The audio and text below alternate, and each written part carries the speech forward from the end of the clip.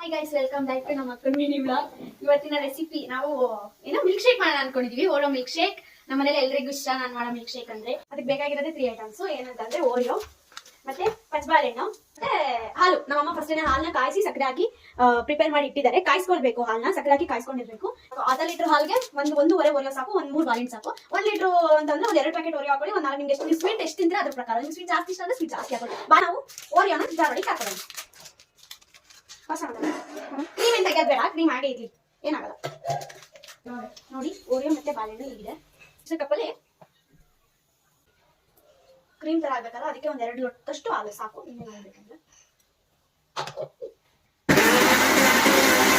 ಗಟ್ಟಿ ಬರುತ್ತೆ ನೋಡಿ, ಈ ತರ ಇರುತ್ತೆ. ನಾವೆಷ್ಟು ಗ್ರೈಂಡ್ ಮಾಡ್ಕೊಂಡಿರ್ತೀವಿ ಅದನ್ನು ಫುಲ್ನ ನಾವು ಹಾಲು ಕಾಸಿಟ್ಟಿರ್ತೀವಲ್ಲ ಅದರೊಳಗೆ ಹಾಕಬೇಕು. ನೀಟಾಗಿ ಅದನ್ನು ಚೆನ್ನಾಗಿ ಮಿಕ್ಸ್ ಮಾಡಾದ್ಮೇಲೆ ತೊಗೊಂಡೋಗಿ ಫ್ರಿಜ್ಜಲ್ಲಿ ಸ್ವಲ್ಪ ಹೊತ್ತು